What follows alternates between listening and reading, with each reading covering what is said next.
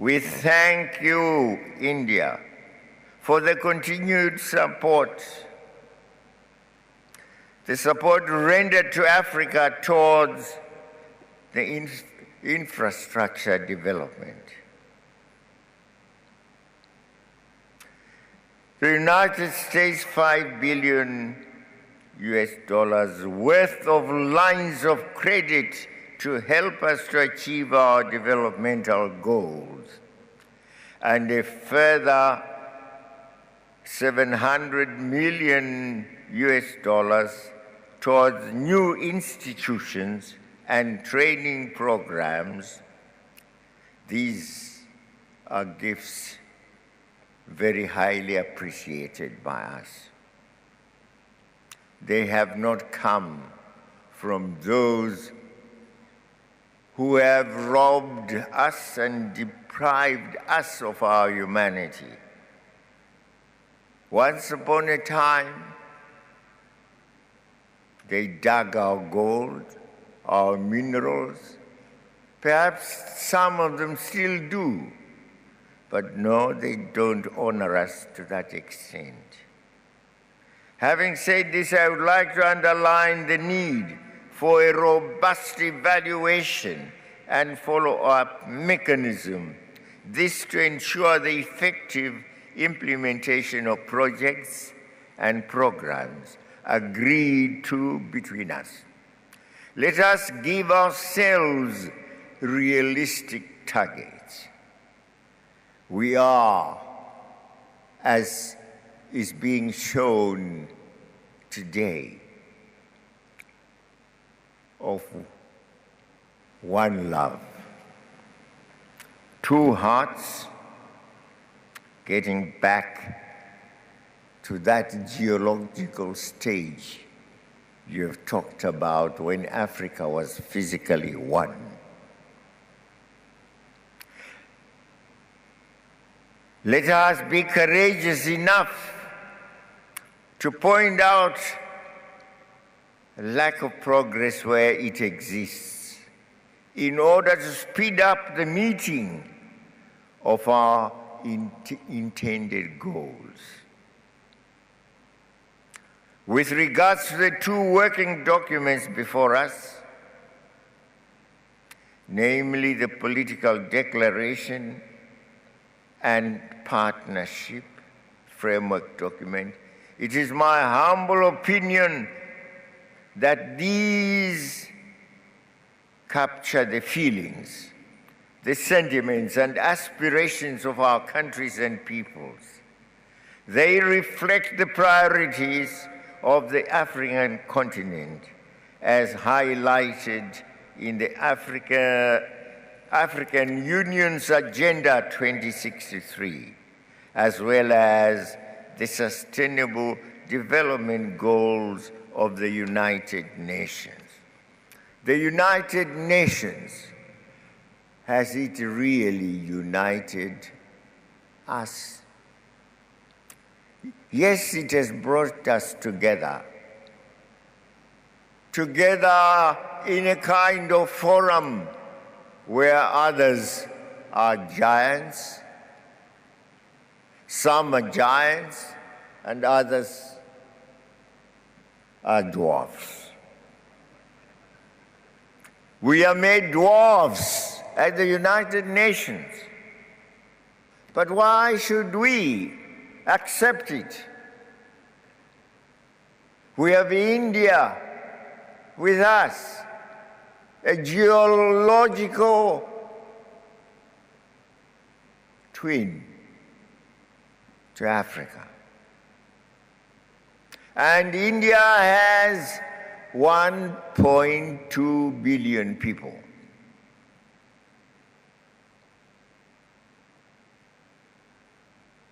Now, together, we of Africa and we of India constitute 1/3 of the population of this world. Surely, 1/3 of the population of this world, which at the United Nations is treated as a little kid. We say no. 1/3 of the population of the world must be respected. Its rights must be respected. Its equality must be respected. And that is why we say, let's amend the United Nations so it be the United Equal Nations. We are not that. We are saying, let us amend the Charter of the United Nations. We in Africa, on our part, have discussed this matter again and again, and met in Swaziland,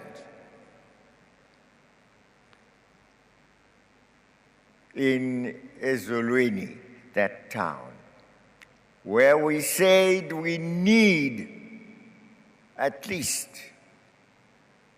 2 seats in the permanent seats in the Security Council. If the veto is to be retained, although we want it abolished, then let that veto also be in the hands of our 2 permanent members. We will not accept less. And now with India, and India seeking also a permanence in the United Nations, to be represented there as India, with a veto, if the veto is to be retained, without the veto, if the veto is to be abolished. We are saying we 3 want equality. Hear us, you who call yourselves permanent members. That organization is defective. It must accept true, genuine, real, genuine equality. We are unequal, and we say no to that inequality. Let us be equal.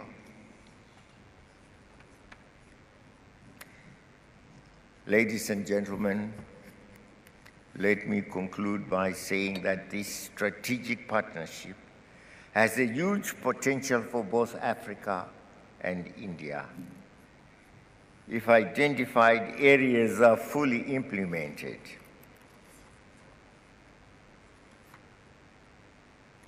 And I know we are all determined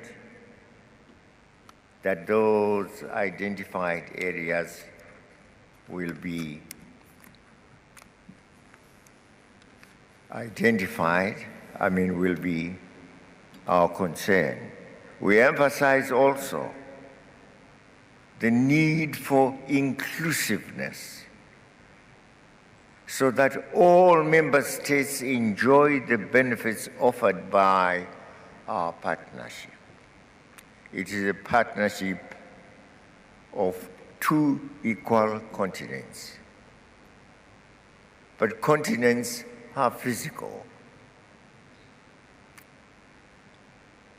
2 equal peoples who recognize each other's benefits, each other's potentials. We saw here our people do their dances.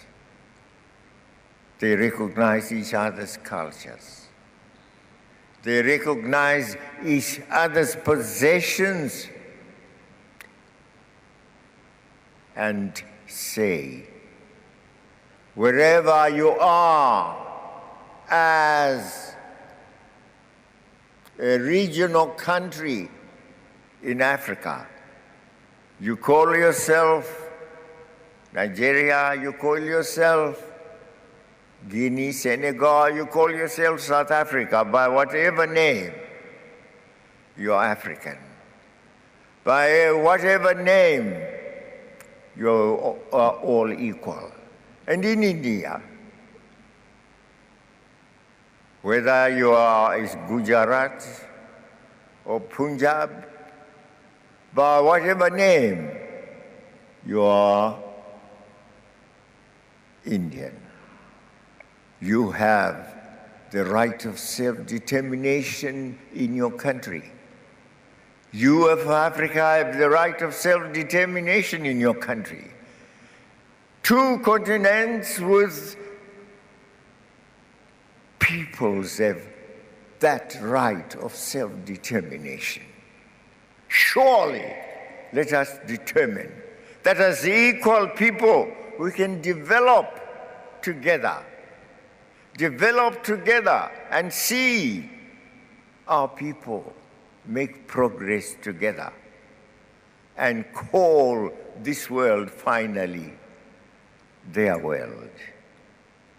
It is our world indeed, but let us make it, all of us, as we believe in humanity, as we believe in equality, let us make it the world of equal people.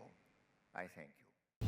Bangladesh government on Sunday dismissed the Islamic State group's claim that it was behind a bomb attack on thousands of Shiite Muslims in the national capital and said